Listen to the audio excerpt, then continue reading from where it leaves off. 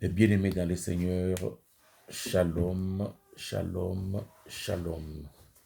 Je vous salue dans les noms puissants de notre Seigneur Jésus-Christ de Nazareth. Nous sommes aujourd'hui le samedi 17 mai 2021. Il y a un peu longtemps, on ne sait plus, on ne s'est pas revu à cause des embûches de la vie et des petits problèmes qui arrivent très souvent. Je me tiens encore devant vous une fois ce soir par la grâce et l'amour de notre Seigneur Jésus-Christ de Nazareth pour nous exhorter, nous fortifier, nous soutenir dans l'œuvre de Dieu. Vous pouvez partager la vidéo avec les gens que vous connaissez. Ça peut sauver une vie. Vous aurez remarqué que notre page a changé de nom. Ce n'est plus une façon personnelle dans mon nom. J'ai voulu l'impersonnaliser. Je l'ai baptisé la montagne de la transfiguration. Il faut que ça ait un nom avec les rapports de l'enseignement chrétien qui nous réunit, qui est notre but d'échange permanent. Pourquoi la montagne de la transfiguration? Parce que je suppose que je ne suppose pas. C'est sur la montagne de la transfiguration que notre Seigneur Jésus-Christ de Nazareth a pu faire la démonstration, le condensé de tout l'enseignement avant qu'il vienne et jusqu'au moment où il était là, de tout ce qu'il a pu enseigner à ses disciples. Il leur avait parlé, il leur avait enseigné, et il nous a enseigné aussi cela, il nous a laissé pour dire que l'homme n'était pas, comme nous l'avons parlé dans l'exhortation précédente, l'homme n'était pas la définition de son apparence, les muscles, la chair et le sang qu'il représentait. Par contre, l'homme était créé à l'image et à la ressemblance de Dieu.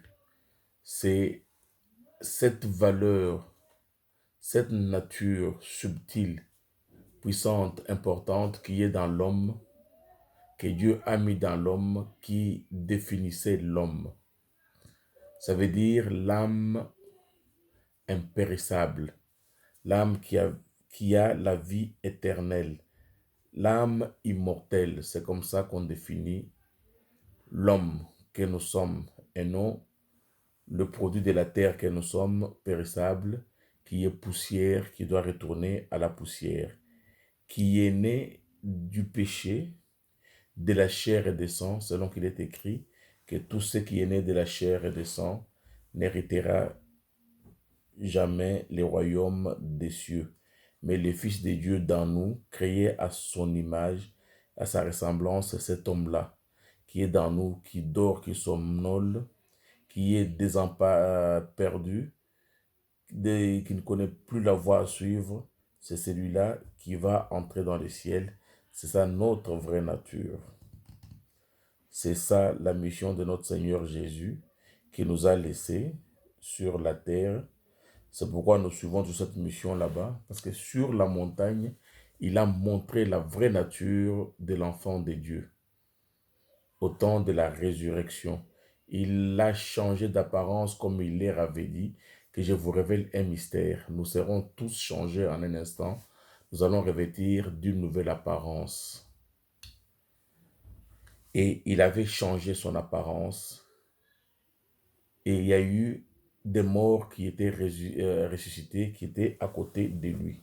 C'est pourquoi nous sommes décidés de marcher dans cette direction-là pour accompagner les enfants de Dieu, les peuples de Dieu, qui entendront encore, ceux qui ont encore les oreilles pour entendre, ceux qui ont encore la conscience qui leur rappelle, qui leur dit pourquoi est-ce que, comment, quand ils se posent des questions, dit aux réalités, aux différentes ambiguïtés de la vie, qui les rappellent que non, ce milieu n'est pas le milieu favorable où nous devons vivre. dont toutes les ambiguïtés ou les souffrances ou les difficultés leur rappellent leur vraie nature. Comme l'enfant prodigue, qu'on a parlé autrefois, l'enfant perdu, qui a pensé, qui a dit non, dans la maison de mon père, il y a plein de nourriture, il y a plein de repos, je peux y rentrer pour y trouver la vie et la sérénité. C'est dans cette philosophie-là, cette même mission-là, que nous continuons à propager et à répandre. Qu'est-ce que nous sommes en train de répandre? C'est ce qu'il avait fait, notre Seigneur, ce qu'il continue à faire maintenant à travers beaucoup de ses enfants et ce qui va se continuer, c'est à rappeler à l'humanité que nous ne sommes pas chez nous, ici. Nous sommes dans ce monde et non de ce monde. Nous ne sommes pas la chair périssable. Nous sommes des dieux. Nous devons retourner chez nous. C'est ça notre mission. Et de faire prendre conscience à l'humanité que nous ne sommes pas chez nous. Le mot le plus important. Et de les orienter, les orienter et les accompagner vers l'abandon progressif et déterminatif de leur attachement dans ce monde qui n'est qu'une illusion, qui va s'évaporer. De ne pas s'attacher à ce monde matériel, mais de se détacher pour s'orienter vers le monde divin, qui est le royaume des cieux. Que le Seigneur Jésus pouvait nous dire, le royaume des cieux est dans vous. De nous orienter vers ces royaumes-là. Chers frères et sœurs, nous ne sommes pas chez nous. Nous devons nous préparer à quitter, à rentrer chez nous. Personne ne connaît ni le jour, ni l'heure, ni combien d'heures lui reste, ni combien de jours lui reste. Nous sommes des pèlerins. Prenez conscience de tout ce qui se passe autour, de cette ambiguïté-là. Ne tombez pas dans le piège de l'ennemi. Ne tombez pas dans cette illusion qui vous fait croire que nous sommes chez nous, que ce monde nous appartient, que nous sommes éternels. L'ennemi peut vous tromper, vous faire prendre au piège. C'est ça notre mission, c'est de vous faciliter l'interconnexion entre vous et l'Esprit de Dieu, le Saint-Esprit, que lui seul a la possibilité, a la capacité de vous enseigner, de vous conduire, de vous orienter selon les promesses de notre Seigneur Jésus-Christ de Nazareth. Je vous enverrai un consolateur, le Saint-Esprit. Lorsqu'il sera venu, cet esprit de la promesse, lui, il vous enseignera, il vous révélera, il vous protégera comme les enfants d'Israël en quittant l'Égypte vers la terre promise. Ils ont été protégés, ils ont été nourris, ils ont été accompagnés, ils ont été enseignés, conduits, et ils se sont retrouvés dans la sécurité parce qu'ils ont eu l'interconnexion entre eux et l'Esprit de Dieu. Ils se sont laissés conduire par cet Esprit. Tout celui qui se laisse, qui entre en contact avec le Consolateur, l'Esprit de Dieu, et qui a une union sacrée, qu'il respecte, est dans l'assurance. Même ses larmes seront essuyées. Il retrouvera la vie. Cet esprit vous redonnera la vie, qui est la vie éternelle. Cet esprit vous guérira. Vous allez me dire comment être guéri. Je vous donne un exemple. Dans les Actes des Apôtres, chapitre 3, vous pouvez lire de 1 jusqu'à 20,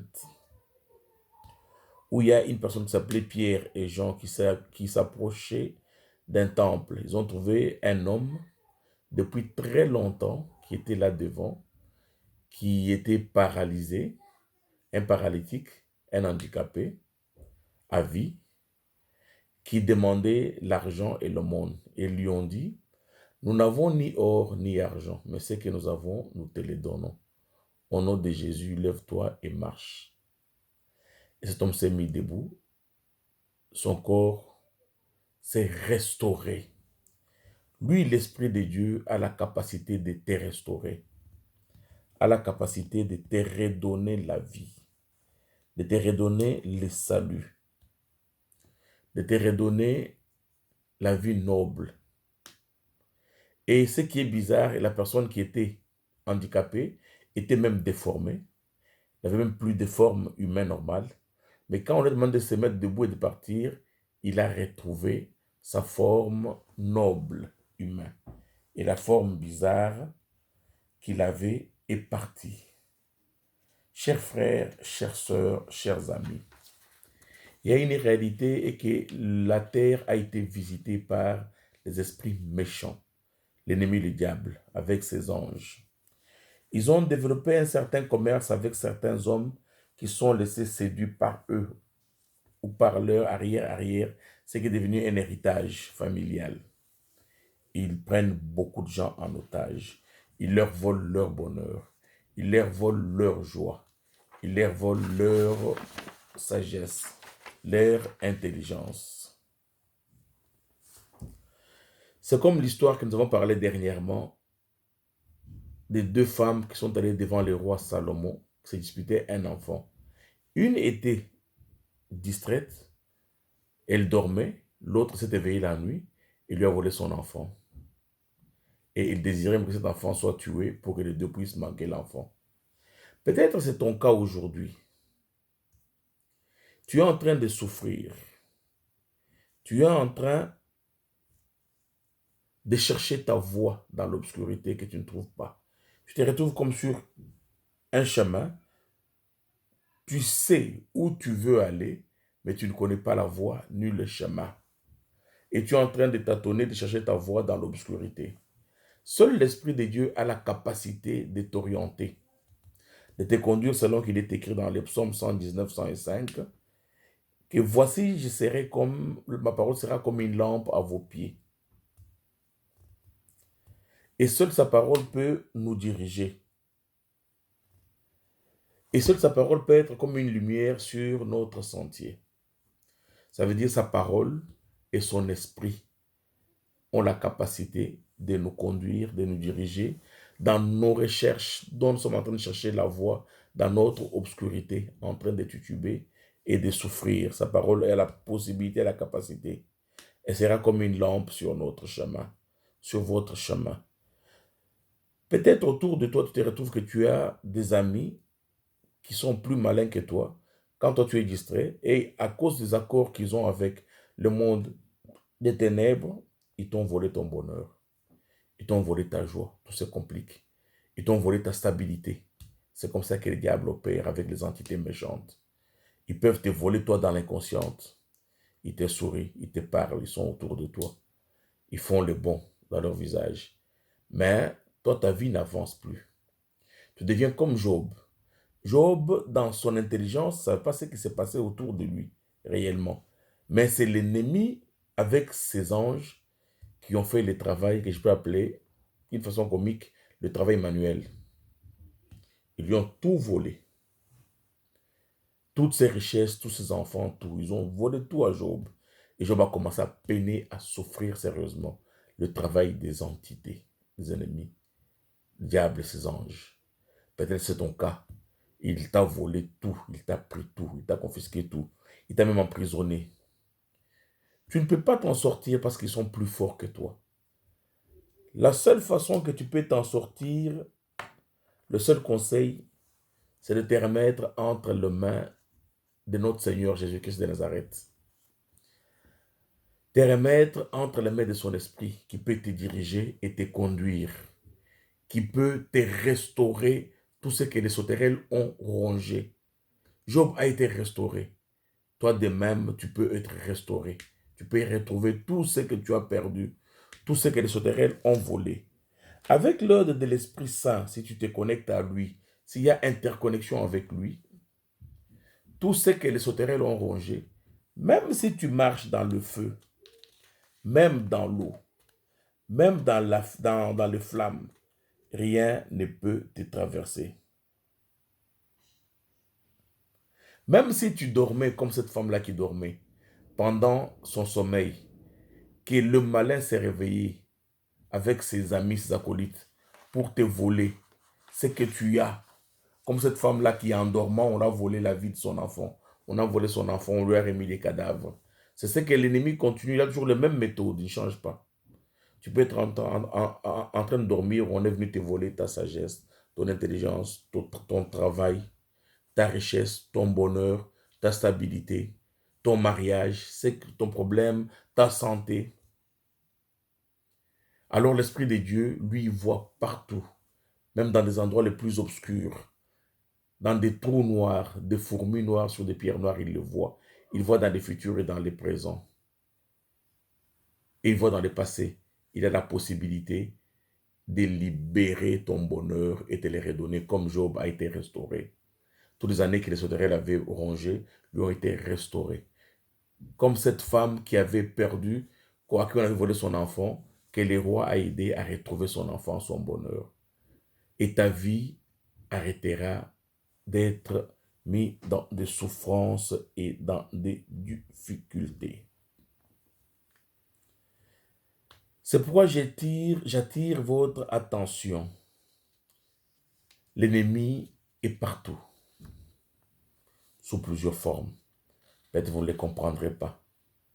Tant que vous n'aurez pas Jésus pour vous conduire, tant que l'Esprit de Dieu ne vous conduira pas comme les enfants d'Israël, tant que vous ne serez pas alliés à l'Esprit de Dieu, vous êtes une proie à des souffrances terribles.